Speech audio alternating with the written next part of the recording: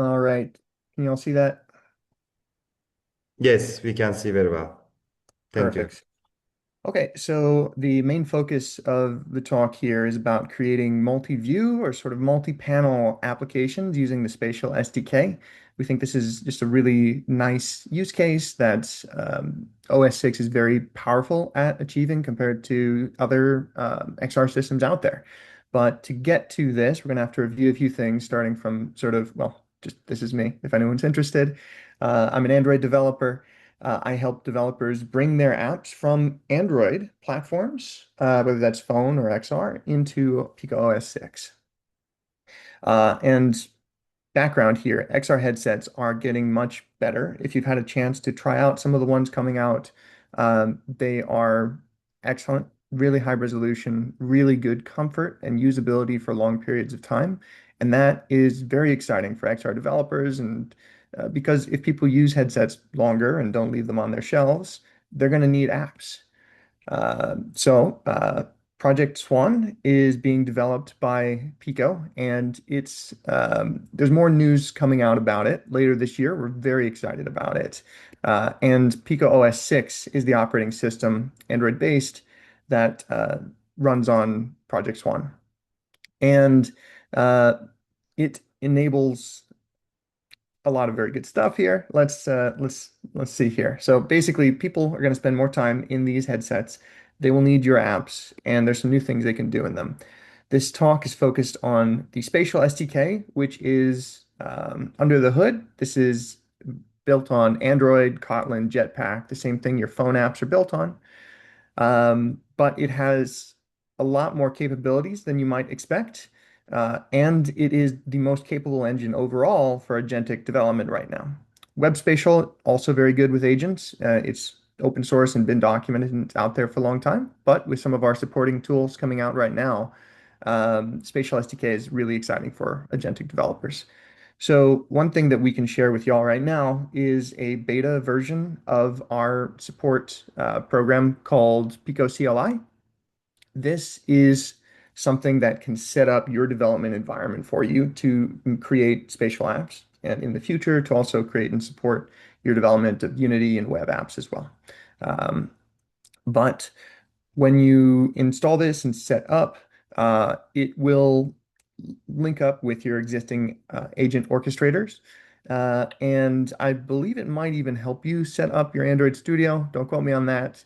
But this is beta software, and we're very excited about your feedback. Keep an eye on your terminal output during the install, and then once you've got it installed, check in your agents like slash skills or slash plugins commands just to see that it's actually fully installed. Once it's there, it helps a lot. Alternatively, if you don't want to try using this Pico CLI, you could, for spatial SDK Android development, point your agents at our llms.txt file, and you could just take a look at the actual docs yourself that those are based on. So one thing to present here is that spatial apps have two modes here, full space and shared space. Uh, and the way you can think about this is basically full space is full screen mode for an application. It's the normal XR experience where the application is the only one active and it controls everything around you. With OS6, we add new capability for creating floating panels inside that space as well, that the same sort of panels that's used in other places. One thing to keep in mind is that if your idea for your project involves MR features like hand controller tracking, object tracking, room understanding, then you're going to want to stick with full space for now. But the newer space, shared space, this image here is indicating three different colors because there are three different applications open at the same time in the same virtual space. And in fact, something that's not really available on most other VR platforms, XR platforms, is that these apps can even have 3D content. You can have 3D models showing at the same time as another app being open. So that is really exciting if your idea involves showing 3D content, but also maybe multitasking. Shared space is designed like a desktop, like a Windows or a Macintosh desktop, like a spatial computer. You can move things around however you want. You can have multiple apps open however you want. Um, so this table here is just sort of reviewing the different targets here. Unity, Android, and web have a little different compatibility here. One thing that I should point out that could be useful is that for web developers among y'all, you might be familiar with WebXR.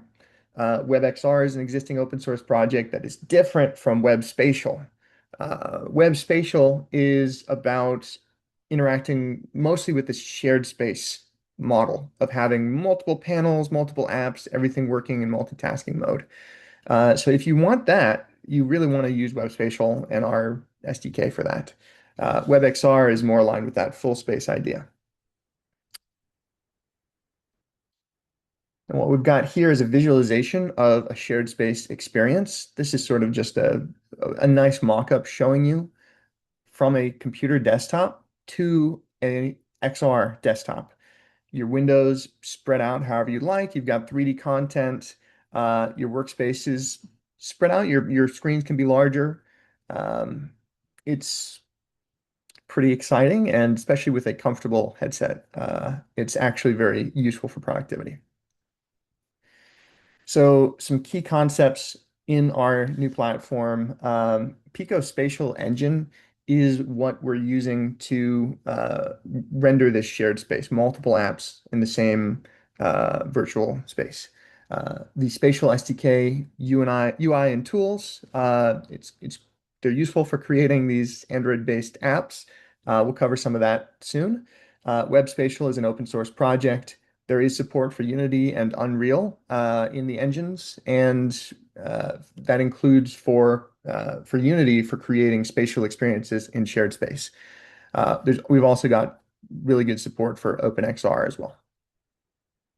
So that Pico spatial engine that I just mentioned here, this is what enables our system rendering. Basically, when you're using the spatial SDK, you are allowing the spatial engine to render your application and its 3D content, which is how it can render at the same time as other applications so well. And then at the end of the day, this pixels to the screen on the far right here, that's indicating that even if these apps or their 3D contents are overlapping each other, the system rendering will know how to handle that appropriately. So the Spatial SDK toolkit for development includes a plugin in Android Studio. You have to install Android Studio. Pico CLI may help you set these up, but we also have some instructions. I know the XR Bootcamp people have helped y'all set these up before. So one thing that comes with the toolkit is the OS6 emulator. This is virtual environment where you can test out all of your apps, shared space, full space. You can emulate controllers or connect a controller. You can change the virtual environment. It's very useful for development if you don't have access to a headset, which most people don't yet. Um, we've also got the spatial editor. This is a 3D scene editor that you can launch from Android Studio. It helps you set up your scene so you can see it, manually edit it, and it also helps sort of build the resources into an efficient format for loading things into memory when your app is running. That helps with performance. One thing to note about Spatial Editor under the hood, it's using an ASCII format for the scene, which your agent can actually read and work with, although we do have some more support coming down the line for your agents interacting with Spatial Editor. Your agents can, however, interact with the emulator quite well right now, launch your apps, take screenshots. It can interact with your apps, press buttons. That's not super reliable right now, though. I think we're working on that. So, quick live demo here. Let me put out of this. So you should be able to see here, I've got the emulator open on the right side of my screen here. It is currently limited to square aspect ratio, but you can look around, just right click and drag. We've got documentation on our site for how to interact with this, but basically I'm just going to hit the home button and I've got various apps installed that I've just been agentically coding many of these, and I'll be showing you demos from them throughout this presentation. Um, Over here, I've got Android Studio open, but for now, let me get back to this presentation.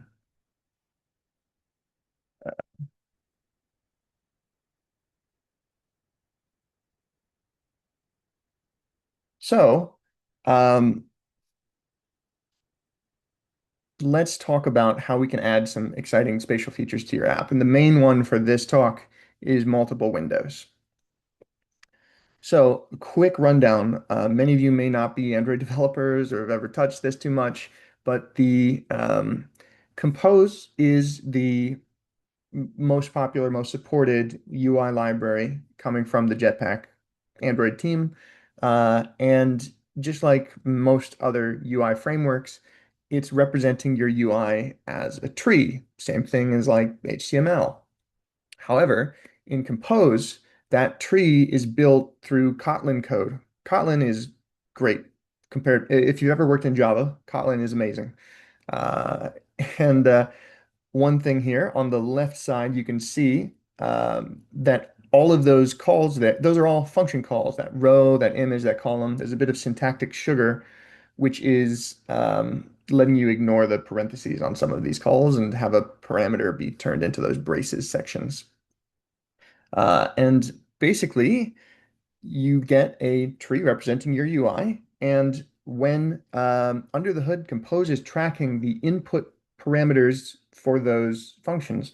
And whenever the value going into one of those changes, that function will be recalled to regenerate the part of the UI that needs to be redrawn. This is what allows for really efficient UI updates in Android apps. And I bring up Compose here because this is the framework for spatial SDK apps. They're built in Compose, but there's a lot more flexibility, as you'll soon see. So on Android phones, you're typically limited to just one screen. Your phone has one screen. That's it. It's small. There's not much you can do. But you send this UI tree to be displayed there. However, in Pico OS6, you can have multiple windows. You can have any number of windows. They're called window containers. There's different types of them because they might have mostly 2D content or they might also have 3D content. They might be focused on 3D content, maybe a volume that sits on your table for some sort of tabletop game.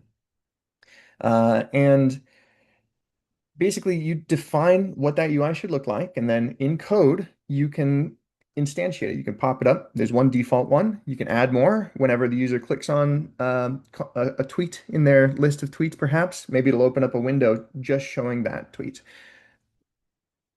So there's some code example showing you how maybe your code will be creating, instantiating those extra windows. So let me show you a live demo of something. Oops, that was stop share.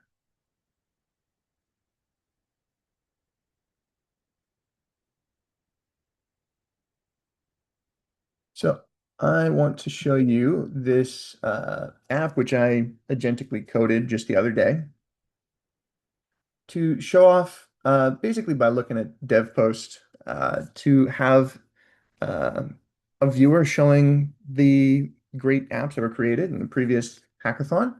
Uh, and Basically, this is an Android display. However, I can go ahead and click on one of these, and I get this sort of extra panel that opens up on the side. This is sort of an augment panel, and this is something that you might see on other platforms. But what you don't see on other platforms is that you can also just have it be a separate window altogether. I could open up this one over here. I could check out this one as well.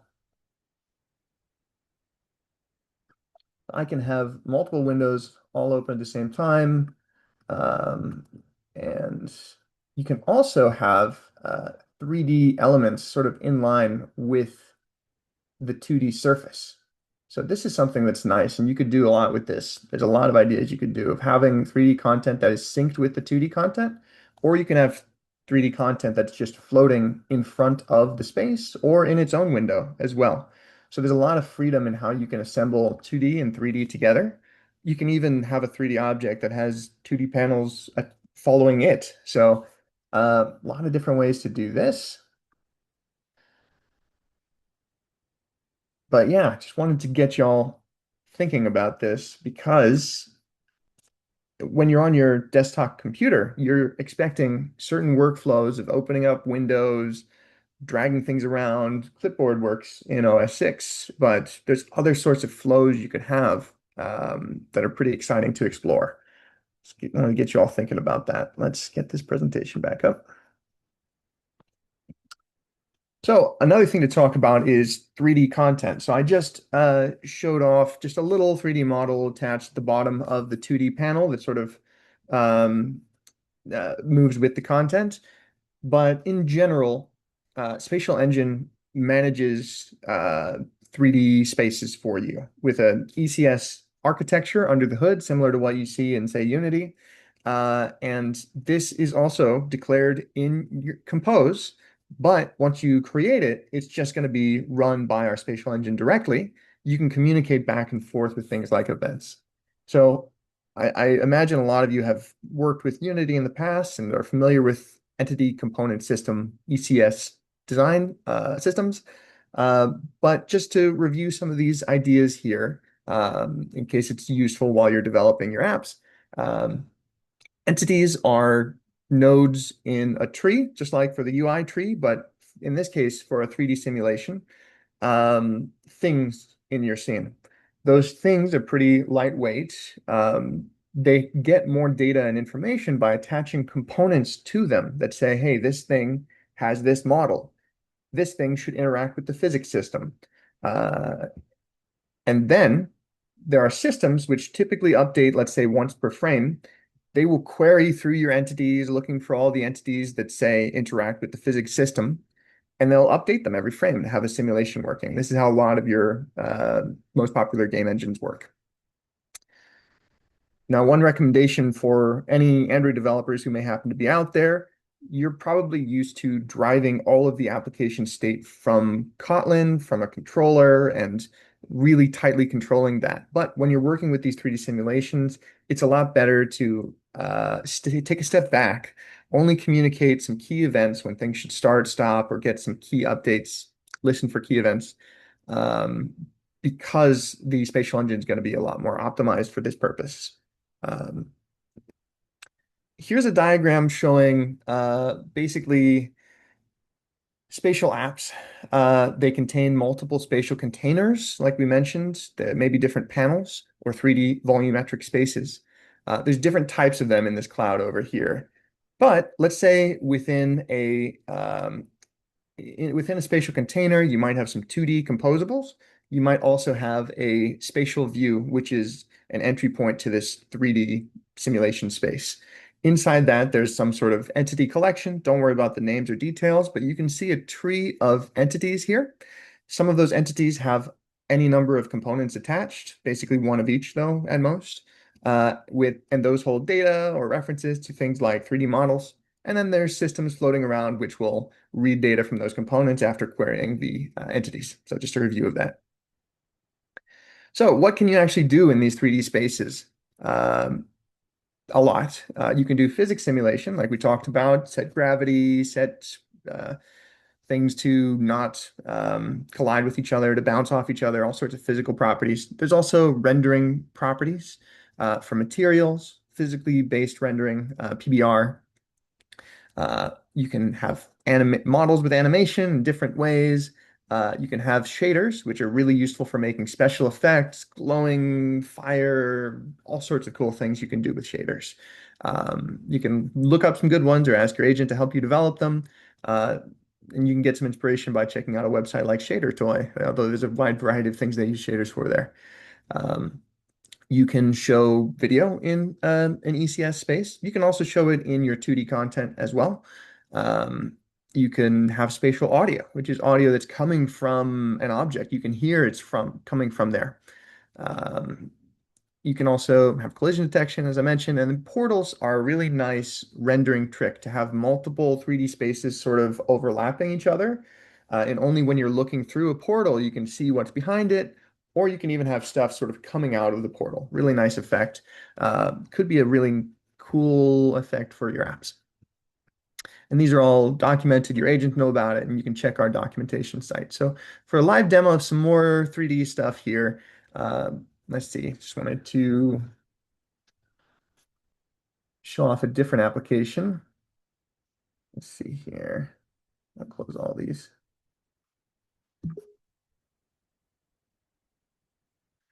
So here's an application that starts in shared space and then transitions into full space. When it goes into full space, it's the only app active. The other apps disappear. But this panel here can stay if you want it to.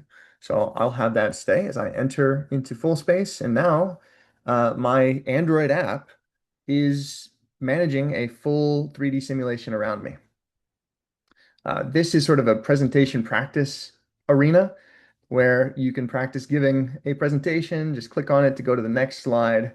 A lot of features built into this one. But yeah, just there's also lighting on the floor here. I've got some lighting from these lights up above. So this app was configured in this scene was configured in our spatial editor. So let me see if I can just open that up here. Um, might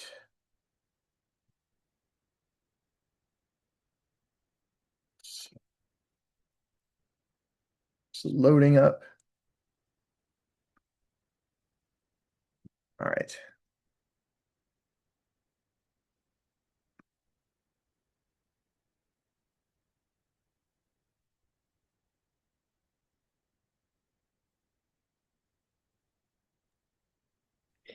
As that's loading, Matt, you mentioned that this was prompted. Was just basically used with AI tools.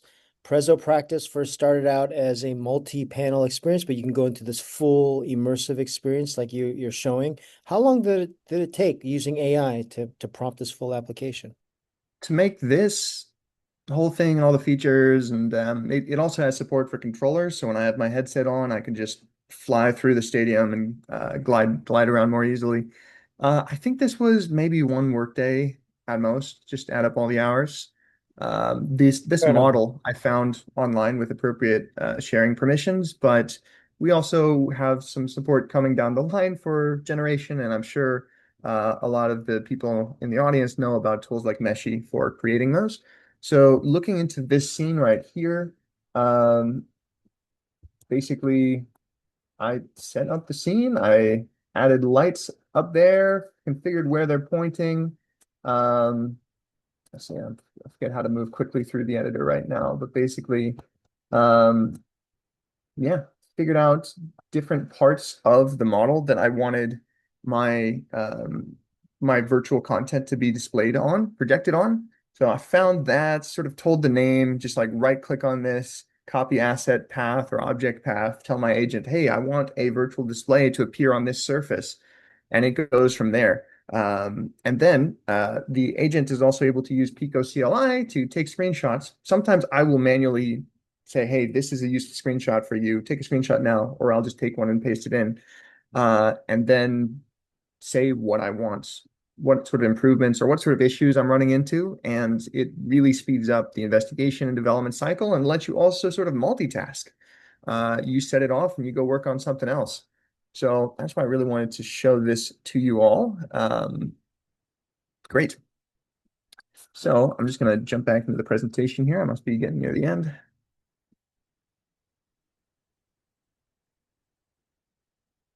So just to review some MR features, I did mention this earlier, but those are limited to full space. If you want to have things like environmental scene mesh detection, we have a sample app for that on our samples page right now.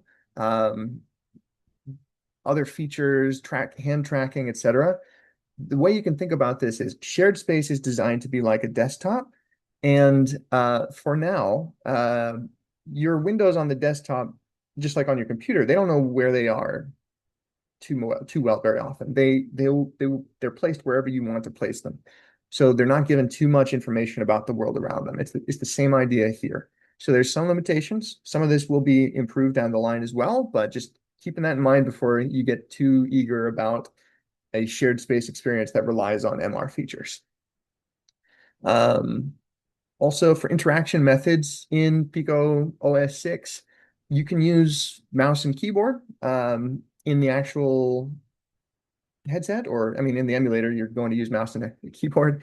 You can connect a controller. In the actual headset, again, you can use hand-eye interactions or poking at things, just pushing buttons directly, but that's not going to be something you do in the emulator, I imagine. For standard 2D UI interactions, like you're clicking something on your composed 2D screen, all the interaction support is built in, but for 3D content, you're in your simulation spaces. If you want to click and drag or rotate, we've got modifiers to support that. Your agent will figure out how to do that, or you can look into our documentation as well. And modifiers are a composed thing. So you can look up composed modifiers if you need to. Um, Also wanted to mention to you all, we've got a really interesting project called Spatial ML, which is a structure, a way for applications to use neural resources on the chip, so on the actual headset. And you can, I believe you can run this in the emulator, but I want to get it in everyone's mind at least. You can run models locally, and it's set up by default to be very privacy sensitive, which enables some interesting applications. Where, let's say you wanted an application that would it would draw a circle around light bulbs or switches or some like coffee cups. Um, if your app doesn't have access to camera feed, you can ask the user to get access to that. But if it doesn't, you can still use spatial ML to read that in, and then no data about the camera feed will escape that. And you can create an application where spatial ML will draw those circles for you. There are some limitations for that, and that's why if you can get user permission, then you can use readback to export information from spatial ML and still get access to those neural resources.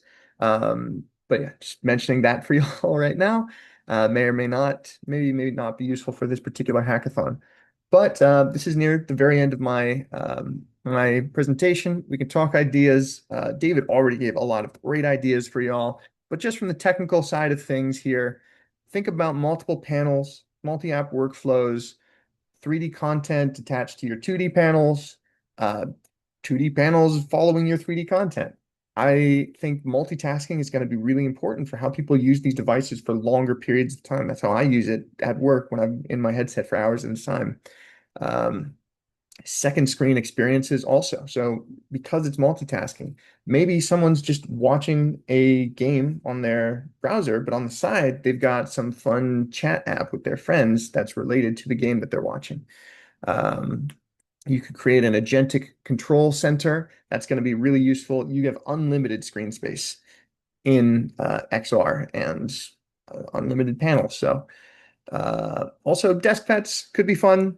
You can have volumes placed on your desk and then just have a little creature running around there. So those are some initial ideas to share with you all. I'm sure you'll have some great ones to go from there.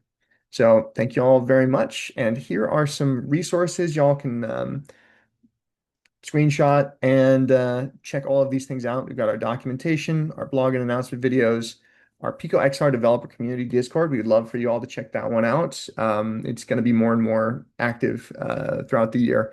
And our Pico developer YouTube channel, which will also have some more content coming out pretty soon. That's it.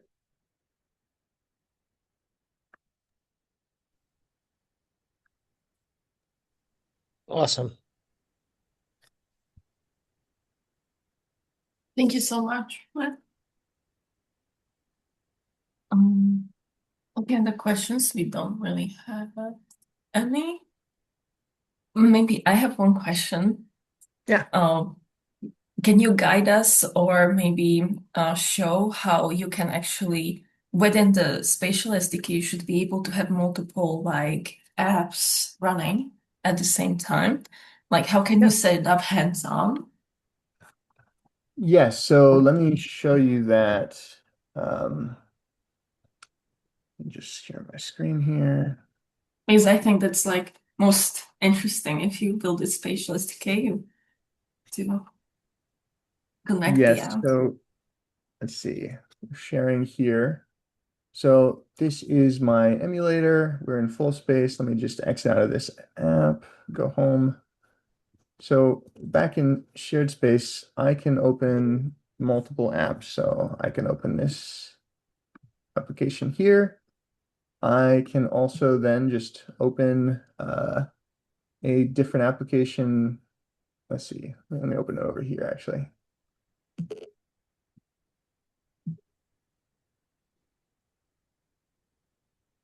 Different application. Hang on a second. Oh, this one might be full space as well. Uh,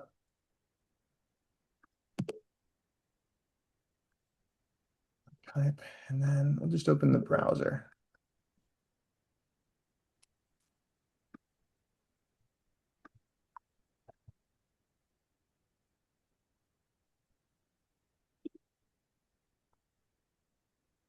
So in shared space, the multi-app support, you just get it for free. You can have multiple apps open at the same time. I can interact with this one or this one. They can have 3D content. Like here, I'll open up this one here, and you've got a 3D model there that's showing at the same time as this 2D content.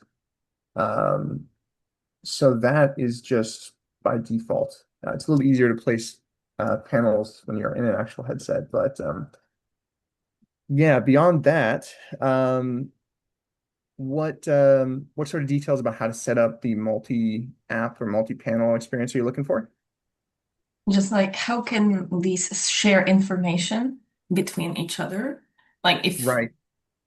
Yeah, so right now there's no obvious way to do this. The clipboard works for copying content between different sorts of applications, but for an OS level support for sending information, the best you're going to get, which works totally, is sending an intent. So in Android, there's something called an intent, which lets you sort of say the user wants to do something, or I want this app to handle some sort of data for me. And this can happen sort of behind the scenes. So you could have two different spatial SDK apps that you create, two separate ones, and they can talk to each other or send information using intents. I wouldn't want to use that system to have like a constant stream of data nonstop. It's a little bit slower than that. There probably are some tricks you can use from the Android side of things to enable that. But yeah, I would say that for app-to-app communication, actually Android apps are the most capable for doing that. Um, so yeah, you can ask your agent for sure, just, hey, I've got this other app. I want to send a message to it. Help me design that intent to communicate that for this purpose. And it will do that. You can also ask it about performance implications. One other note is that Pico CLI does have some interesting support coming with it right now, including performance profiling. So you can ask your agent to make your app perform better, and it'll have some tools to help that process. yeah, that's exactly. Thank you. In the meantime, we got two questions. Can you have multiple instances of the same app? Can an app limit itself to one or n instances? That is a great question. I do not think that right now you can have multiple instances of the same app. You can just open new windows from that app. And I imagine that when you receive an intent to your application, you could handle that in a way where you open a new window instead. But I don't think that that's like default support. I think you have to add that, like you have to build your app in that way to get that. So the question was, can you have multiple instances of the same app? Sort of, you can have that indirectly. And was there another question? Just if it can limit itself to one or multiple, like n instances. Okay, yeah, no, I think, yeah, like I mentioned, you'd have to sort of build that functionality, which is possible, but you're gonna have to build it. And also, yeah, any sort of feedback throughout this development process while you're trying out Spatial SDK, complaints, feature requests, we're very glad to receive those and take action. We really believe in our upcoming headset and are really excited about, as an Android developer, being able to have multiple panels, 3D content. It's crazy compared to a phone screen. And we have one more question about what's the good way to get your feet wet, Pico Emulator and Hello World app. So it probably Yeah. depends on the SDK as well. Yes. So we have different in our documentation, we have sample apps and sort of setup process. I think maybe XR Bootcamp has also prepared some sort of starter guides or projects for y'all. And that's going to be really helpful. And again, you can ask your agents to help you set these things up. Just keep an eye when you're installing Pico CLI to make sure that it's actually landed correctly. Go back to Q&A. And we also we will now share Nigel's coming up and he will share also how to run the emulator, and we have some sample kits that we built. And we have one more question, which was in the beginning. What is the upcoming headset called? Project name, Project Swan. We're looking forward to telling you the actual headset name in the future. I'm not gonna like ruin that for my teammates. Okay, these are all the questions. Thanks all. Thanks so much, Matt and David, for joining us. Anything else you want to add before Nigel takes over?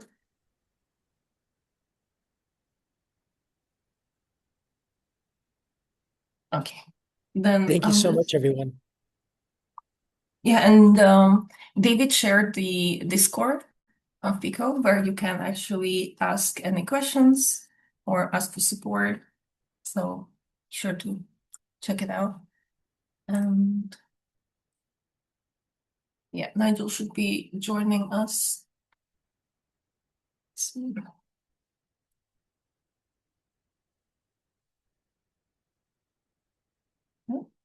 Yeah, okay. Nigel, can you hear us? Yes, hello. Can you hear me? Yeah.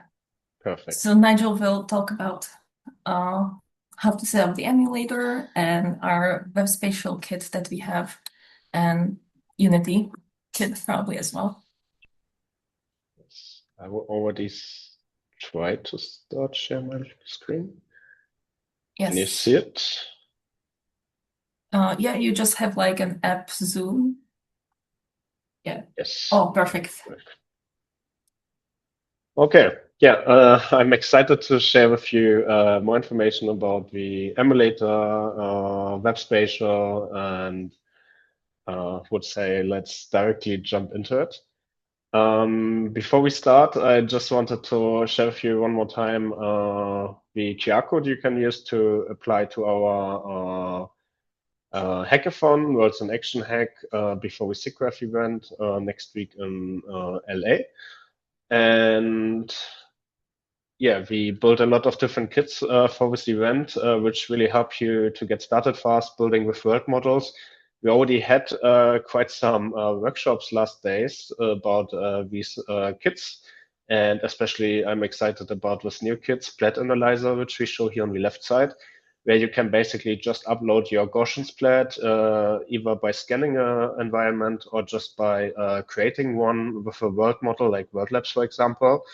And you get just as an output all the 3D bounding boxes of objects in the scene, which you can then use to build interactions with it or whatever you come up with. And I'm really excited to see what people are building with these. And if you are interested to use these kits also in preparation for our upcoming events, feel free to scan this QR code to find all of them on GitHub. Also, if you have any experiences, issues, etc., just feel free to directly contact us or even directly create the issues in GitHub so that we can help to resolve them before the event. Yeah, let's get started with the PICO emulator first.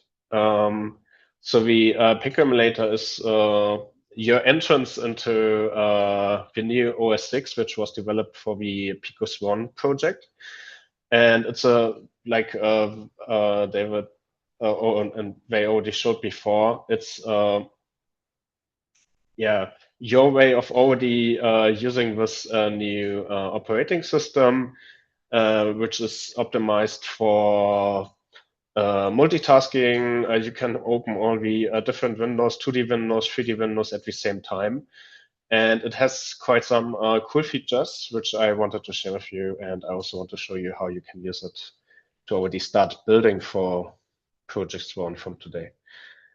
And for that, I will switch into first the PICO developer resources. So on the PICO developer resources, you can, on the one hand, find all the SDKs you can use to build for Project Swan, but also for other PICO headsets. Like we already saw before, for example, you can find here resources for how to build for PICO Spatial SDK using native development methods. You can use WebSpatial, which I will show afterwards, and also traditional game engines like Unity or Unreal. And if you scroll a bit more down, you will find this PICO Emulator area. And basically, if you go here into documentation, you'll find information about how to install it. There's a step-by-step guide how you can install it in Android Studio step by step. And I will just show you shortly how that would be looking like. So I already opened Android Studio here, and you need to install the plugin from the page. And after you successfully installed the plugin, you can go inside of Android Studio to Pico Spatial tools and can activate these tools. If you did that, you can here find under your device manager, next to traditional phones, for example, phone emulators, you can find the Pico SDK Spatial OS, which you can use for emulation. I already opened this, which you can, maybe I just restarted. I started from my terminal. So basically, you can start with Emulator like this. It will take a couple of seconds to boot up. And when it started, you can see it is the same experience which you will have from a headset itself. You directly, when you start, you can see you can move around in this environment. You see a main menu, which you can trigger on and off with this home button. You can change the environment you're in based on the type of experience you want to build. And yes, you're able to simulate interactions with controllers with this controller button. Here's a list of all the different actions you can do. We will not go through all of them. But like you can see, there's also additional settings you can do here, charging level of battery, you can report bugs and do debugging, etc. What else is interesting is if you open the web browser here, for example, is that you can directly, using this button here, type with your keyboard. So it's really practical for debugging and working with it. And yes, that is one of the options you have. You can directly do screenshots or screen records from the app to showcase your prototypes you are building. And yeah, that's the options we have again. You can also choose here which controllers you want to use. You can use the eye gesture mode because the new headset will have eye tracking, so gaze. So you can use this input mode as well and do additional camera settings here. What I additional wanted to share with you is that it's really easy to install your own apps here. First, it is acting as a real Android device on your MacBook or Windows. You can run it on any hardware. And if you just, for example, have an APK file like this from Unity or WebSpatial Kit or Spatial SDK, you can just pull it in. Like you saw, it was installing something, and you can see this new installed app here, and you can just start this new app. This one, for example, was built with Unity now. It is an app we used actually to build yesterday in our previous workshop. And basically, it's showing a Gaussian splat, which was created using World Labs, where you can have interactions with the chest here or with the doors. And yeah, that's how easy you can get started to build with and for the PICO emulator and for the headset itself. So from here, I want to show you how you additional can build for this new operating system. So for that, I shortly want to show you this trailer. And basically, like you can see here, the traditional way of working with one monitor, but now you can see with the new Pico headset and especially the new operating system, it allows you to use multiple windows, take the 2D things out of the window and have even 3D windows, which is really powerful for any type of working. I see a lot of opportunities for my day of working. You will see in some seconds I have like 100 windows open in my system, and that would be really practical. And I really love this vision behind the system we have here. So what is WebSpatial exactly? So WebSpatial is building on traditional web standards. So you can basically just develop with React and JavaScript, which you're already used to. But what is really interesting to mention is that not only you are used to build with these tools, but also Claude or agentic systems like Claude or Codex are really used to build. So that's really easy also for agents to get started building for that. Yeah, we have this spatial UI. You can add dev to the website either by having this additional access of having a distance to the objects, or by having this 3D windows, which I just showed. And yeah, the cool thing is that it's really universal, so you can directly deploy to PICO OS. It's also available on other headsets as well. And you're really free to build for multiple systems at once. So I just want to show you an example I built for today using WebSpatial. First, before I show that, you can find all the information about WebSpatial in the Pico developer documentation, which is here under Web and then WebSpatial SDK. And if you do that, you will find additional documentation on the WebSpatial page, where you get information of what you can use, how you can use it, examples, samples, etc. And what is interesting as well is this GitHub repository of WebSpatial, which shows the base for the entire library or framework, but it also contains the agents.md file, which is really helpful to build for WebSpatial just by putting it into your agent. And I can just show you how easy it is. Here's all the windows I shared with you.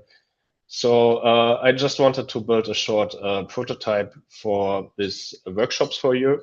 So I just told Claude, please build a WebSpatial application. I was giving the reference, the GitHub URL.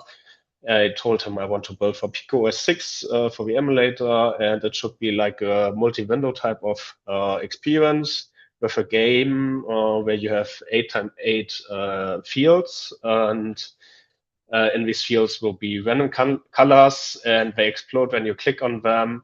There will be multiple windows, so one with a timer and one for a leaderboard. And yeah, I just told him what to do, and basically he one-shot it, except some small changes.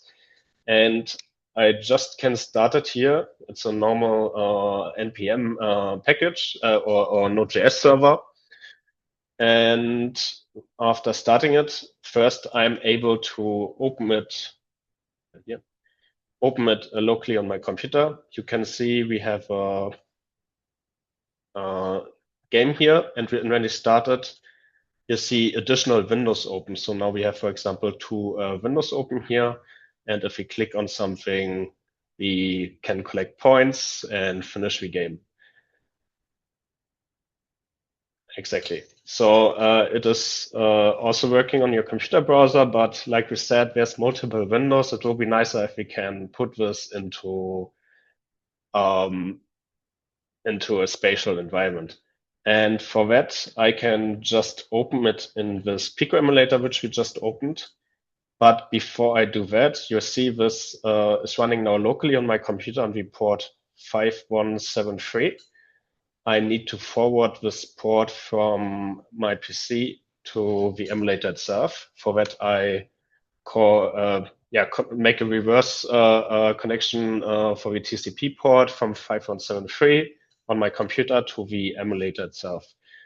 So I just ran this command. It was working, and I can just go to emulator, open my web browser, and type in here localhost 5173. And as far as you see now, it's in the browser also just a common website. But because we built it as a web app for WebSpatial, you can see an additional button up here, which says open as an app. If I click this one, he will actually open this WebSpatial app as an app. I just close the browser window one time here. And if I take some distance, you can see that there's one time the leaderboard we saw before. And in another window, you see there is this game itself. If I click start the game, there's a third window opening, which I can push over here, which is the timer for the game itself. So we have 60 seconds now to play this game. And yeah, that is how it is working. That's how easy you can get started. It was really just one prompt referencing the repository, and you have your first WebSpatial application open here. Yeah. Now you can see that is a couple of 2D windows, and you probably wonder how we can bring 3D elements into here. For that, I already prepared a new prompt here where I was giving a 3D resource I just downloaded and told him to open it in a 3D window. It is actually a trophy. So if we win, he shows a 3D window with a trophy, and I can just run it. And hopefully it works on the first try, especially in this live demo. I will give him a bit of time, and meanwhile, I will show you how I created this 3D resource. So for that, I just used Tripo, which is a 3D model asset provider. And we will have a lot of credits available for this service as well to you for the upcoming hackathon next week. So you could use it as well. It was pretty easy here to create a 3D asset like this. So this is the trophy I hope our game will later show. I just go here to images. I tell him like what time or type of image I want to generate first, and then I let him just do his job.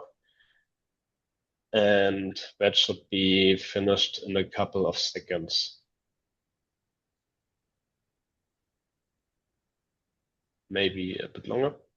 Yes, now he is generating some ideas. And if I want to now bring it into 3D, I would just say generate 3D. Or if I want to maybe make it a bit more obvious how the 3D model should look like, I can give additional prompts like give me the poker on the white background with solid color, and he creates this one.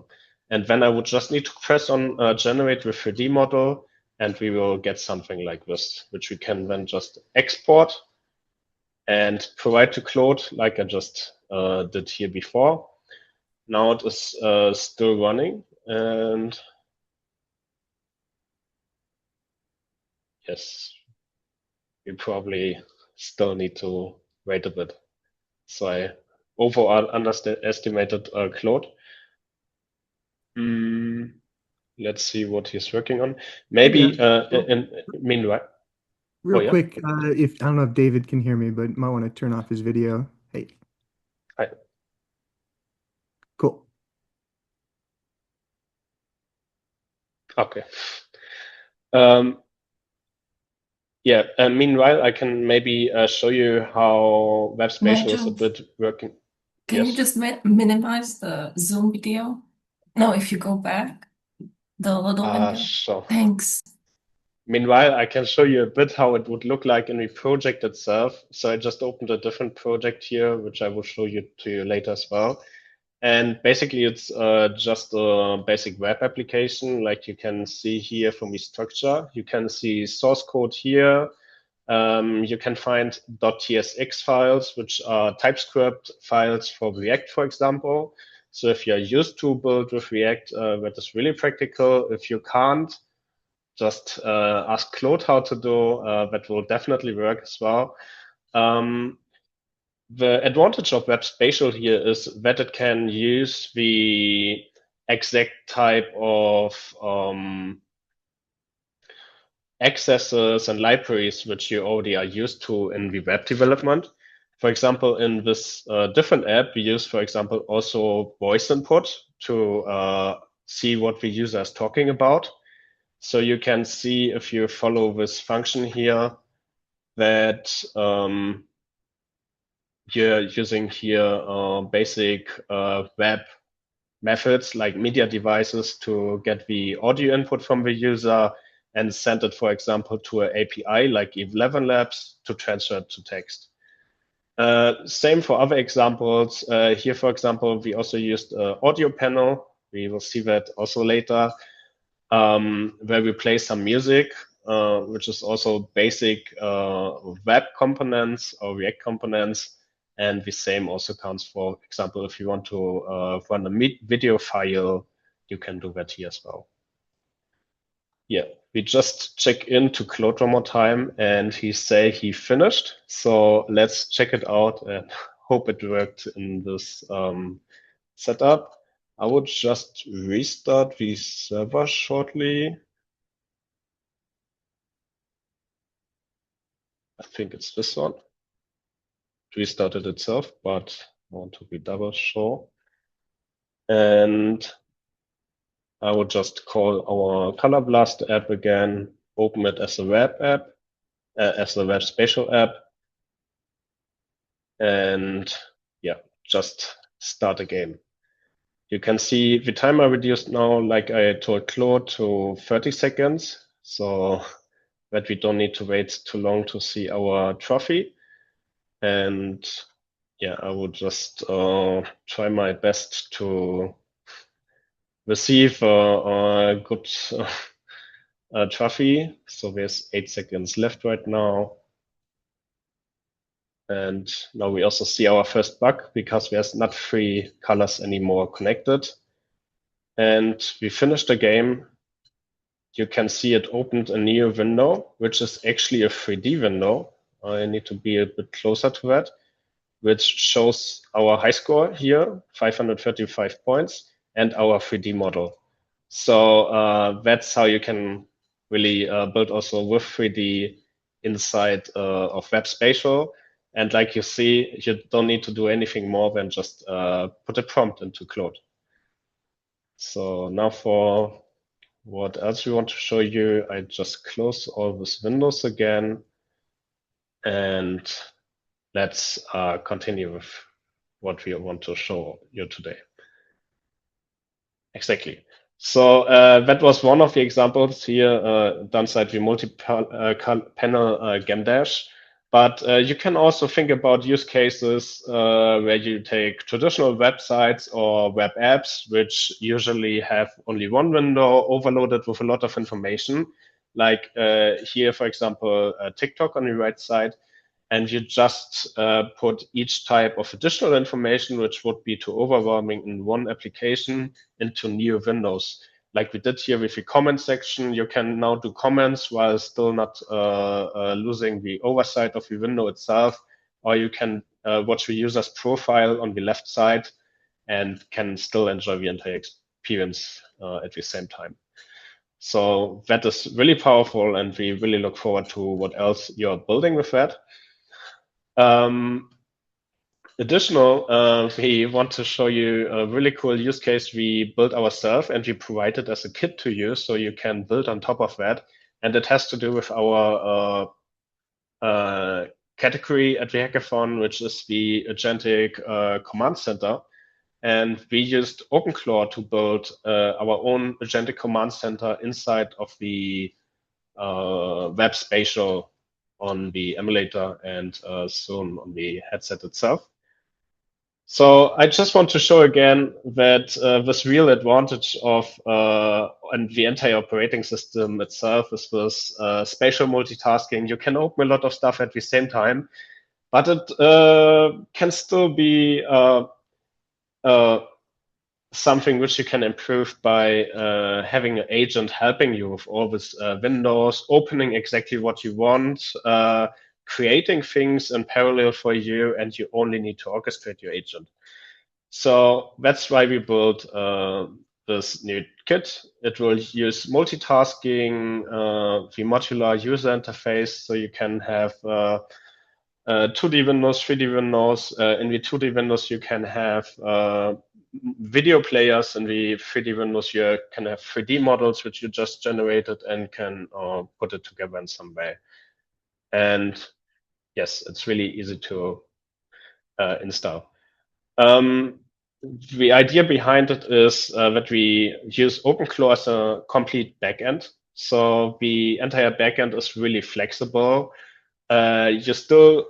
We use this human in the loop approach, which means you're still orchestrating and deciding which need to be done. But you also don't want to know all the little details. So that's why we say it's a black box approach. It is doing what you want, but you don't need to know every detail how he is solving things.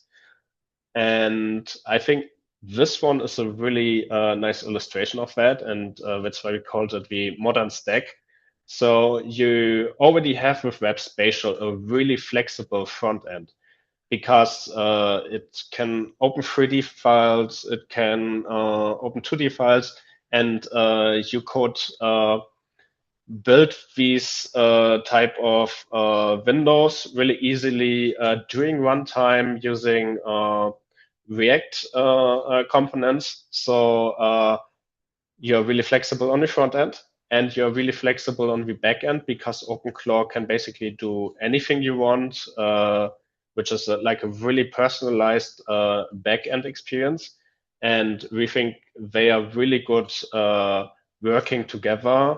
So you can even imagine that during runtime, OpenClaw is building the user interface itself for you, specialized for you, and maybe in your style, feeling, or for the data you want to have. And yeah, here on the left, you already see an illustration of that, how it would look like. And you also have a QR code of where you can find and download our kit. So yeah, basically you have the agents on the left side. You can speak to them in this extra window. And as soon that is done, he will open different type of apps for you based on that automatically. But I don't want to show too much of a video, because we will show you exactly now how you can build this type of experience. Like I mentioned, we have this extra GitHub repository, WebSpatial OpenClaw Command Center. And you can find all type of information here, how you can set up OpenClaw in a Docker container, etc. And I already did that for you, so I will just jump into it. So you can see here in Docker, which just is basically a server which is running locally OpenClaw for me. you can see that I have a running container for OpenClaw. If I now just click on it, I would come to the OpenClaw interface. I can chat here like I already did with my agent. I can get an overview about the different agents I have. My main agent is just my main agent. I called it Jarvis. The other one I just called for fun Ultron, for example. And you can also see what your agents are learning over the time or what you teach them. For example, here about the user, you see information about me, myself. So he knows my name, for example, so he knows how he should address me. But you can also see here, for example, in this OpenClaw user interface, his memory. Like I made it really easy. I told him if I ask you, for example, about food, please send me this 3D model as a GLB file. If I ask you about music, please send me a link back to the MP3. And the cool thing is that later we just can extract in our WebSpatial SDK, a WebSpatial app, these URLs and can see what file types we have. And based on that, we can open them with another window. But I will show that to you now. So I would just start our application. I will first close these ones. And it is this one. I just run it. It's also just a Node.js application. And you're seeing it's now running on the port 5173. And if I would open it now on WebSpatial, it was before running Color Blast, and now it's running the OpenClaw app. You first have this 2D interface again, but you can open it as an app here. And I close the browser. And you can now see that the same agents which was shown to me in my OpenClaw interface before are now part of my WebSpatial application. I can click on them and I get a chat window, which is looking like this. And you can see the agent was active. Now I change it to my main agent. And now my main agent is active. And you see that I show here the history from talking to my agent. But I would prefer over a long time to just have some type of orb here, which I can just talk to. But for debugging, it's really nice to have this history. And probably if you want to build on top of these kits, it will be also really practical for you as well to see the history. So basically what I need to do here is just click the button and talk to my agent. I am hungry.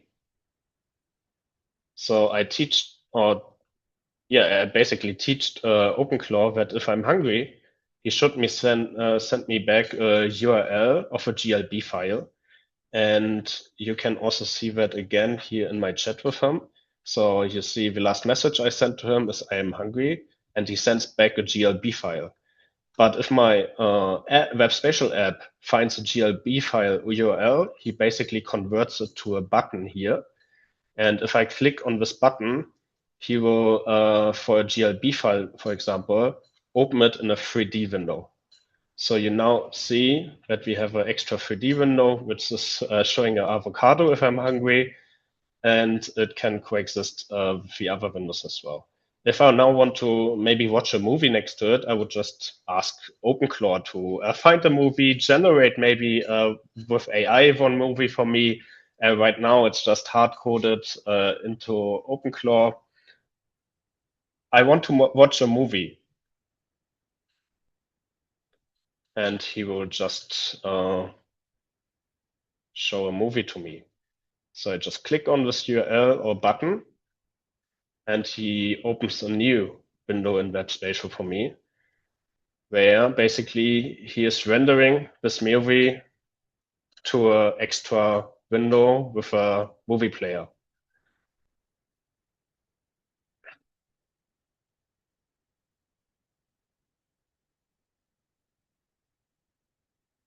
Another option would be, for example, I want to play some music, or another way would be to ask where I can learn about XR, for example. Where can I learn about XR development? And if I ask that, he will try to help me and send me this URL back. And in this case, it's a URL to a web page, which is not opening. Okay. Then we have a bug, but I guess you already got the principle behind it. So it's really practical to just tell your agent what you want to have, and he can open any type of file in a different type of window, which is yeah, specialized for your content. And yeah, that's how our OpenClaw kit works. And I'm really excited to see projects built on top of that, but also completely new projects in this direction of a agentic command center. Yeah, and looking forward to all your input, ideas, use cases, any questions you have right now or in the upcoming time. Yeah, just looking forward to that. Yes. Thanks, Nigel. I don't see any questions for now. Oh, Nigel, maybe. that was great. Where will your video? Will this be posted anywhere, or can we post this on Discord so people can refer to it? We are I'm pretty sure we can do that. recording it, and most likely tomorrow. We already have the ones from March on our YouTube channel, but yeah, tomorrow we will upload today's recording. That would be great. I think this would be perfect on our Discord channel. Thank you.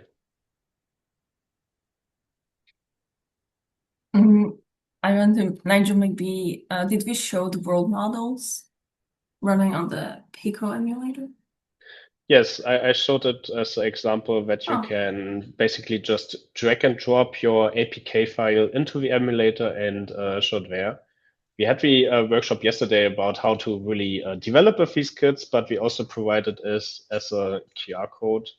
I can also just share the QR code one more time to our world model kits. So here on the right side, you can see our world model kits, and on the left side, you can see the splat analyzer we showed yesterday. And with this QR code, I can zoom in a bit, you can download all of these kits and yeah, build with that. Yeah, okay. I think no one has any questions. We have 30 minutes until React Vision, which will show how to build native AR apps. Maybe I can just.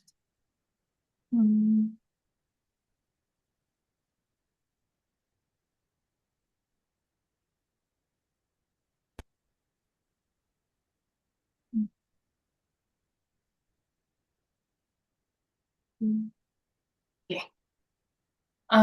So soon we will have the how to use actually MCP to build native React Vision apps. And if you have not already, then you can sign up for the PICO Discord, where is actually a developer challenge going on. And then next week, if you are joining the hack and you are maybe not sure what you want to build, then on July 14th, you can join us for an info session, ideation, and team formation. You don't have to have an idea to come. You can just join a team if you're joining us in July for the hack. And then also, if you are interested in building with AI, filmmaking, storytelling, narration, then we will have July 14th also packed with a lot of platforms like Reactor, who does real-time. It's like a real-time role model platform. Volinga brings like splats and editing to Unreal, and we will cover how you can actually do a branch narrative, storytelling, or how you can use um yeah, Playhouse. They build Gaussian splat worlds, but like for storytelling. Um, oh, there's a chat question. I can stop time. Is there a limit to apps windows opened at one screen time? I certainly can't answer that question because there's no official limit somewhere mentioned, and I also didn't try to bring it to the limit actually. But maybe we can get an answer from Pico, or we can also maybe in the afterwards find the solution to that. Yeah, no, so as far as I know, there's not a limit. It's like your desktop computer doesn't really have a limit, but if you open a million tabs, you might feel it, you know. Is there a largest number you tried or dealt with? Personally, so the thing is in ROS, you can even have multiple different workspaces you can switch between. So you can have a lot of apps sort of in the background. Um, what's the most I've had on screen at a time? Probably like eight different. I was screencasting my computer and then developing an app and then just trying a lot of things at once. So it built up. But um, yeah, that's roughly I think what you're going to fit reasonably without having like additional workspaces or other ways of layering windows to move between them efficiently.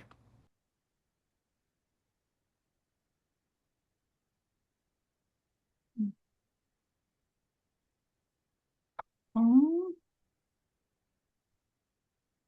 yeah, I don't see any more questions. I will just share the calendar and then I think we can take like a 15-minute break. We've been here long. We want to share the QR code to all of our sessions. Join. Okay, thank you. Bye. And uh, you can join our Discord uh, if you are joining Hack and here are all the learning resources where also we'll have Pico resources to get you started and link to all the kits. And just one more time, we will have two Pico categories. The best app running on Emulator. So the requirement is just so the app is demonstrated and runs well on the Emulator that Nigel showed, and to build agentic spatial systems either with WebSpatial or Spatial SDK.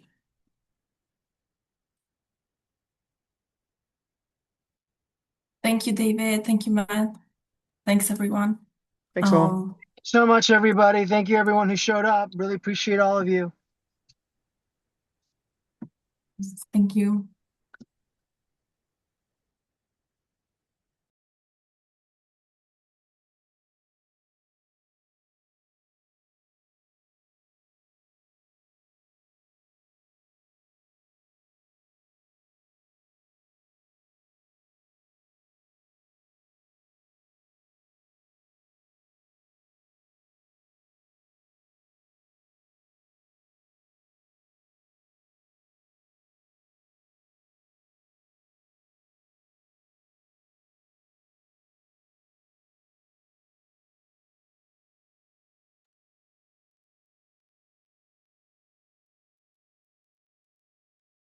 I'm looking at the question.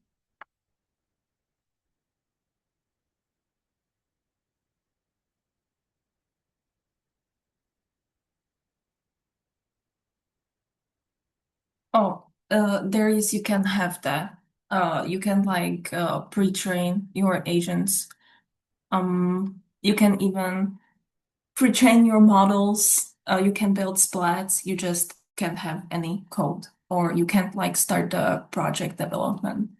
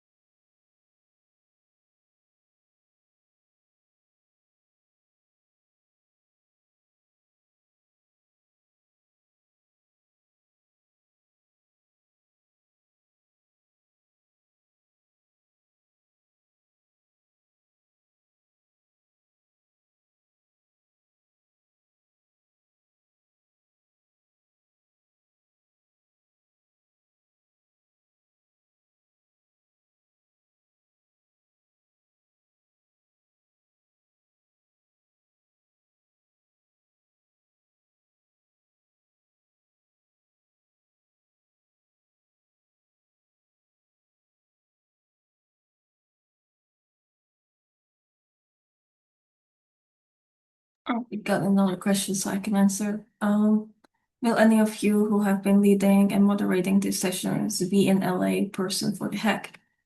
I won't be. Ferhan will be. Rahel will be. Pia will be. Nigel will be there. Yeah, we will be definitely moderating and looking at all these sessions. But the thing is, of course, we will also have lots of back-to-back because keep in mind that now we have flexibility, right? We can bring it to three different days. Uh, but in that one, we will only have one half day that we will do crash course. So it will be much more, I would say, speed up. So whatever you are seeing right now is the most detailed one, and these are the ones that will be also recorded. So this is actually basically a way that we can directly work on much detail. So you can ask questions more, etc.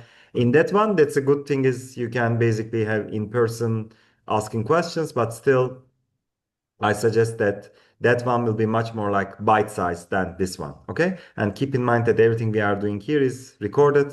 So you can always watch back. And on Discord, by the way, our channels is open, right, Laura? Our channels is open. So don't wait for the hackathon. Start asking now. Our team will help you in the next 9 days to support you if you want to build a prototype or like at least to understand what you are learning today, yesterday, next week. So feel free to already ask questions. You cannot start your hack project, but you can, of course, start experimenting. You can prepare your um, models, train your models at least, train your models, but you cannot start writing code. Okay? Just to let everyone know that we are quite flexible as much as we can, but still you need to start hacking on Saturday morning. Okay? If there's any questions. We talked about maybe I can shortly show we splat analyzer one more time if we have time in preparation for the hackathon, or maybe Yeah, I it's mean, just the tracks and prizes. There is a recording of yesterday. Laura will share that recording with you, Lopsy. Okay, because it will be exactly that thing for tracks and prizes. I know that maybe you missed yesterday, but don't worry. We have a recording. Plus, on the 14th, we will also go through one more time on the info session. So Laura will share both the recording and the event for 14th of July, Tuesday. Okay? So don't worry, like you will have an idea even today with the help of recordings. Perfect. Nigel, stage is yours. I just wanted to yes. have some kind of ads here about hackathon, Mhm. like World Cup hydration break. We had a hydration break, and then we are here back. Yes. So just to give a bit more context about the splat analyzer and world models in general, we shared with you before, so that you get maybe some more ideas also what is possible for the hackathon as use cases you can build.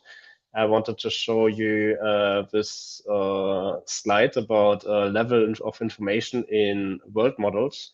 So these world models give you opportunity to basically only give a text prompt or image as a prompt, and you get an entire 3D world out of it. That's different from traditional methods, which only generates a video for you or only generates an image for you. Here you get really an entire 3D world. And most of these levels of information here are already solved by that. So, for example, if you generate a world using World Labs, for example, you get a complete visual representation of the world in form of a Gaussian splat. So you see all of the elements around you and yeah, can run through this nice scenery. You also get some understanding about the geometric in the scene. So, for example, in case of World Labs, they provide you extra mesh, which is the collision mesh, which is having the same structure as the Gaussian splat, but traditionally there's no good physics algorithms right now which are efficient enough for real interactions or physics simulations. And that's why this geometric mesh is really helpful, so that you can solve basically the third dimension here, or the third level, which is the physics interaction, so that you don't fall through the ground, for example, and if you throw a ball or something through the world, that it also bounces back or not, depending on what you do. But there's one important problem which most of them didn't solve, and we had that as a feedback at our last hackathon. We heard that a lot. It is the semantic layer. So the problem is that you have all of this nice scenery, but you don't really understand what is inside of this splat. So you would be able to open a splat in a splat editor, like for example, Supersplat, and you as a human, you're able to see, okay, there's these elements inside.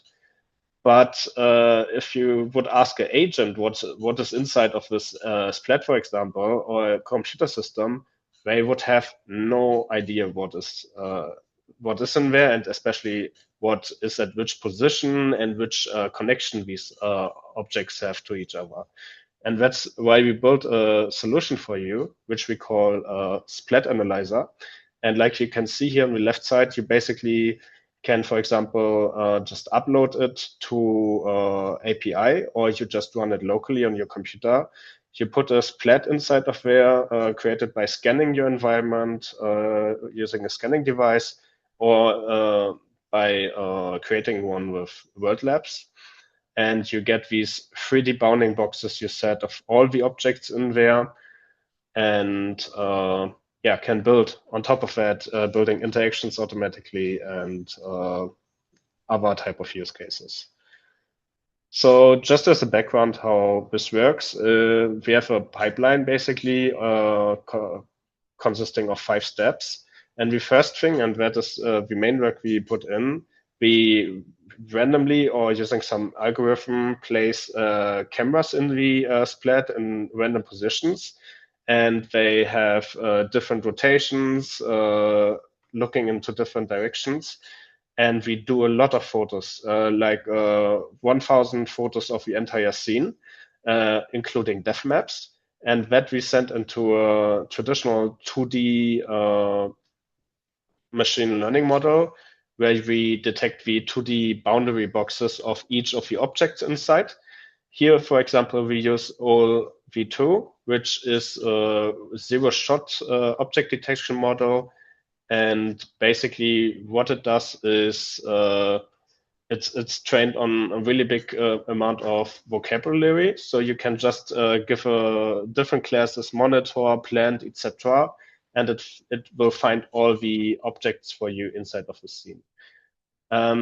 Using a new method, which is called VoxerNet, we then bring this 2D detections into the 3D space and get this 3D bounding boxes we just saw. And these boxes then we cluster into separate objects using a clustering algorithm. And at the end, we get out a JSON file, which gives you the label of the object, like monitor or plant, the position of the object, and the scale of the bounding box. And just to visualize it a bit easier, how this pipeline works, you have a splat on the left side. Next to, you put the splat into Splat Analyzer. You get a JSON file with all the information about objects inside. And basically on the right side, you can do whatever you want with that information. And yeah, you can find, again, the Splat Analyzer under this QR code. And it is an open source project, which you can use for your projects. And I just wanted to show a short example of how you could use that. So I basically just told Claude in this type of example that he should use Word Labs, which is this application where you can basically just prompt your words. So he's using the API of that to create his own environment. And I told him to create an environment first, like a fantasy game, where there's a chest in the middle, and you need to find the door after you find the key in the chest. And after that, you get transported or teleported into a new world with a portal. And usually, if I want to connect this, I would just visualize it here. Usually, if you want to connect this, you would need to manually find the position of this box. You need to mark it. You need to do manual steps.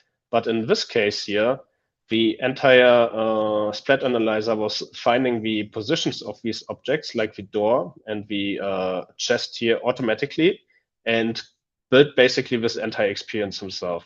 So basically, if I click on this chest, he told me that I found the key. If I run through the door, he brings me into a new world. And even this portal here, after telling Splat Analyzer to find a portal in this AI generated world, he found a bounding box of that and shows me as soon as I was running through that. And that's like the type of experiences you can build with the Splat Analyzer.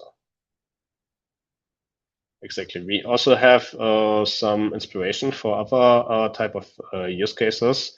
So yes, you can build the entire experience completely agent-based as a game. Another SenseAI mentor, Jonas, built this experience here, which basically marks kitchen ingredients, which you can see here.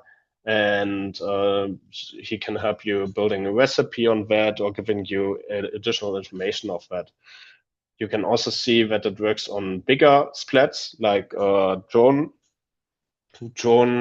shots you can, for example, take, and he will find you houses in there.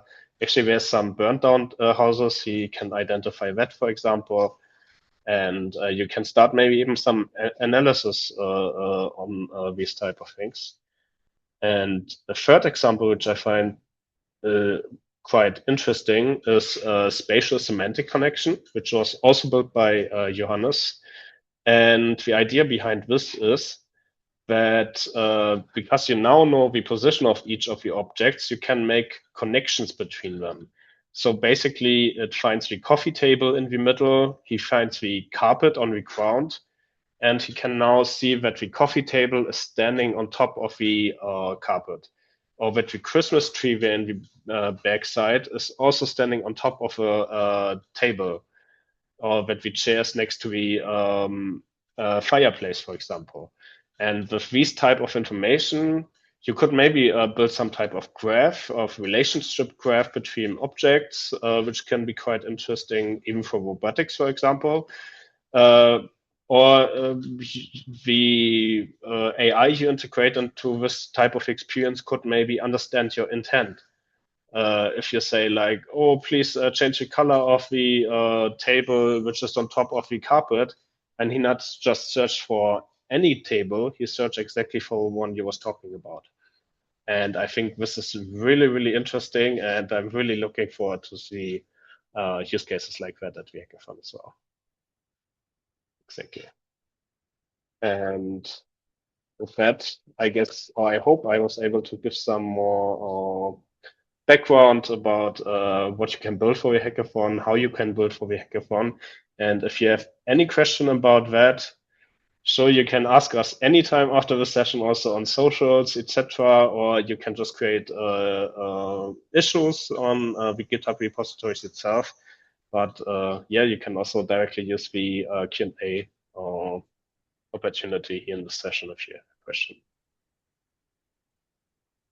Thanks, Nigel. I don't see any new questions, but Oliver from React Vision joined us. So I think we can slowly start. So we showed you how you can build with PICO XR apps. And now if you're familiar with TypeScript, you can build native apps with React Vision, things like that. And he will also show you how you can leverage MCPs to do that. Oliver, can you hear us? Hi. Yes. Hi. Yes, I can hear you. I come through. If you can stop sharing, Nigel.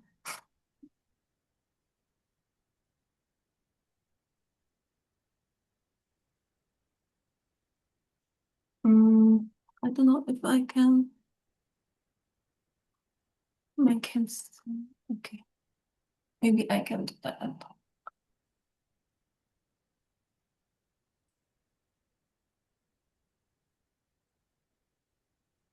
Okay, and oh, yeah. Okay, I will. Okay, okay, it's complete. Okay. Oliver for joining us. I'm just gonna open up my correct Chrome window. Cool. That I can't see anything. Has that come up? Yeah. Yeah. Okay. Yeah, we can see. Great. I'll dive straight in then. So yeah, React Vision is a toolkit for building cross-platform XR applications through React Native. And you write with one React Native code base and you generate a native app at the end of it. So it's not using WebAR or WebXR or anything. What we do inside Vero is our renderer, we rewrite everything that you've written in TypeScript. It goes through a bridge and gets rewritten into iOS, ARKit APIs, AR Core APIs, and OpenXR for MetaQuest. So yeah, what is React Vision? So yeah, it's a one code base written in TypeScript, React Native. So it's great for existing mobile and web developers who want to get into XR. They can jump straight in, and you're not compromising on the performance or anything because it's completely native. It's not bound by WebXR or WebAR, anything like that. And that also means that as we continue to develop, we can add more platforms without waiting for them to add support for us. So so it's made up of three layers. So we've got the core of everything, which is Vero React, which is completely open source renderer, and that enables you to. That's what takes your JavaScript and your TypeScript code and rewrites it for you into native code. So if you're familiar with TypeScript, it's really easy to pick up and get started. Full Expo support, so it can integrate into existing kind of CI/CD pipelines as well for existing kind of mobile and web teams. And right now it supports iOS, Android, MetaQuest, and VisionOS. We're actually just testing internally. And just it works really well. We're just trying to get the build pipelines and things really nice. And we're also working on Android XR, and not on this list, but we are actually working on his PICO OS. And one of our community members actually just built their own bridge for PICO. So we might even get to it even quicker than we thought. So just a quick whistle-stop tour of what Vero can do. So it's got kind of all the standard things you'd expect from an XR framework. So we've got plane detection, cloud anchors, geospatial, object detection, semantic masking, world mesh, depth occlusion, image recognition, physics, particle engine, lighting, spatial audio, portals, and of course 3D models and animations. So the next layer is the platform, and this is for powering cloud anchors for concurrent shared user experiences, geospatial anchoring. So if you want to build like a location-based XR experience, we've got a geospatial API on top of that. And then we've got asset creation. So image to model, text image, all of those things for creating the assets. If you don't have them, we have all of that as well inside the platform. And then we can host all the assets for you that you can then attach to your anchors. And then the third thing is Studio, and this is for non-technical builders. So this is a browser-based builder, enables you to build kind of drag, drop, use building blocks to build your XR experience. And there's also a Studio agent. And if we have time, we can dive into that a bit more. And that enables you to basically just describe to the agent, hey, I want to build this application. and it will go and build that for you in Studio, and then you can run that in your app by using the Vero renderer. So this is how the three layers kind of work together. So Vero React is the bottom, it's the open source, it's anyone can build on top of that. Then if you want to add more, you need, I guess, like platform, like if you want to do the anchors and things like that, we've got the platform that sits on top, and you can go all the way to the top and do the end-to-end build within Studio. So you can be like, got this idea, I need you to build it. And then it's just this single component here you add into your code base, and that connects, enables your kind of what you've built in Studio to then run through the renderer. And so on the AI side of things, as I mentioned, in Studio we have the Studio agent, and that enables you to build everything kind of visually. And then for developers that kind of want to skip Studio and want to build directly on top of Vero and the renderer, that's quite common. You get way more power as a developer. It's way more powerful to build directly on top of Vero than use Studio, because everything lives inside Vero. And so we've got an MCP server for that. So you can plug that into your coding agent of choice, and it has everything in it. I think it's kind of probably even knows some of the things that aren't even released yet, is in its kind of memory and its intelligence. So you can go from kind of idea to building something and having it running really quickly with the MCP server. And the MCP server is super easy to set up. It's free, but you do need a Studio account just so we can monitor usage and things like that. But it's completely free to set up. Yeah, you can just go to create a free Studio account, or just follow the setup instructions, and it'll ask you to authenticate when you're adding into your agent. So here's I've just got a couple of example applications that we have kind of whipped up. This one is a geospatial app. It's super simple. You kind of just place an anchor where you are, and then the app through the AR is basically just constantly looking for anchors as well. So you place an anchor, and then we just use a 3D sphere to kind of bobbles where the anchor should be. And this was built in a single prompt. And this is the prompt here. There's also a QR code, so you can scan this. There's a kind of video to go along with this. So I'll show you how I built it end to end. There's a written tutorial as well. So you can kind of follow how we build something from kind of start to finish using a single prompt. You can obviously build kind of way more advanced things, but this is kind of what you can get off of a single prompt. And this is another example, which is a really simple Skittles game. Again, this is the prompt that I used. I got a phone screenshot, but there should have been, I think I have the wrong deck. This also works on Quest. So this single prompt built this game, and I was able to run it then on my phone and on an iOS phone, Android phone, and it also runs on my Quest headset. So within Vero, there are some kind of more advanced things you can do. If you ask the agent to do this, it will tell you you need to install an additional package. So we try, most things run through a single package, the Vero React package, but object detection is quite a big bolt-on, and not everyone needed it. So we decided to run that as a separate package. But the MCP server knows everything about all of our packages in one place. If you do try and build something that needs a kind of bolt-on package, say you need that for object detection, if you're trying to do more advanced like selfie face tracking things, there's a separate package for that as well. The MCP knows all of this. So if you try and do something, it will tell you that you need to install the additional package. But when thinking about building things,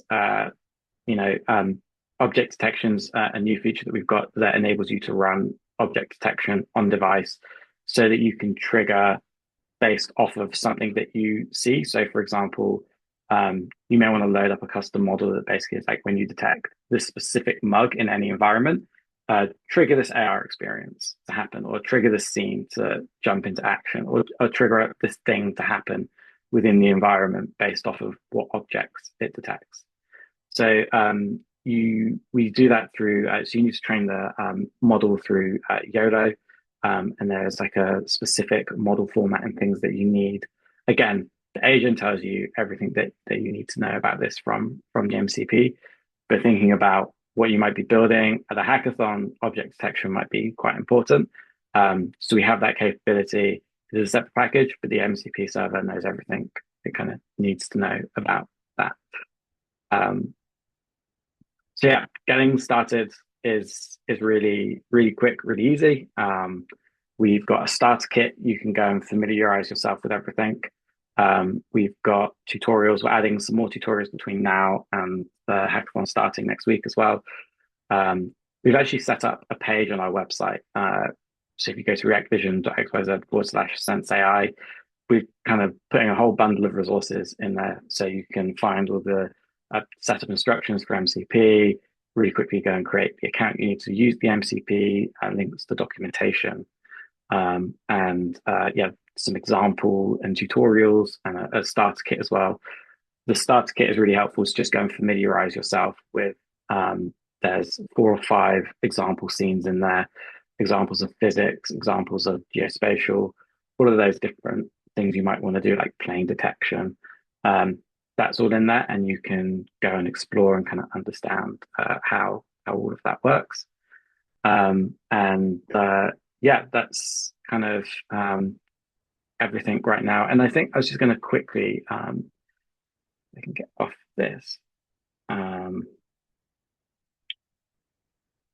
So this is Studio. So I was just going to really quickly show you what the Studio agent can do. It's a little bit easier to do than the MCP because I haven't got a device connected. I can get the screen sharing to work between devices. So I could put something in the MCP, but you're not going to necessarily see the output from it. So this is the Studio interface and the Studio agent. So this is a quick prompt I've written to basically, within an existing project, create a new scene. A couple of objects in there. One of them needs to take off when the user taps it. I can apply some physics. There's going to be an object that kind of falls down, and we're just going to let that run and see how it gets on with that.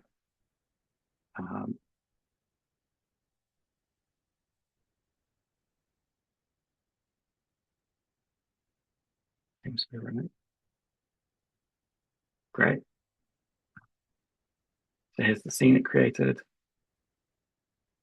So it's done what I asked it to do. It added a plane, it added Batman.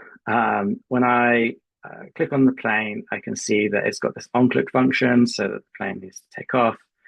And if I apply the physics, there's the satellite. So the satellite is going to fall on Batman. And then you can, simple things like make the F16 scale 3.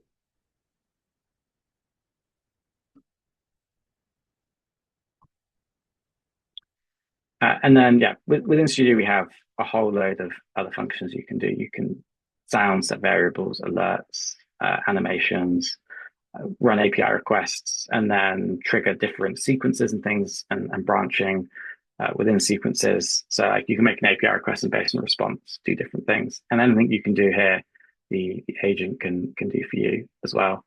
And then once you've built that in Studio, it's just a single component, the Studio Scene Navigator component. Put that in your React Native app, and then the screen that component is in will load the XR experience, and that will then run across iOS, Android, and Quest. But yeah, that's kind of everything to get started with. But I guess if there's any questions.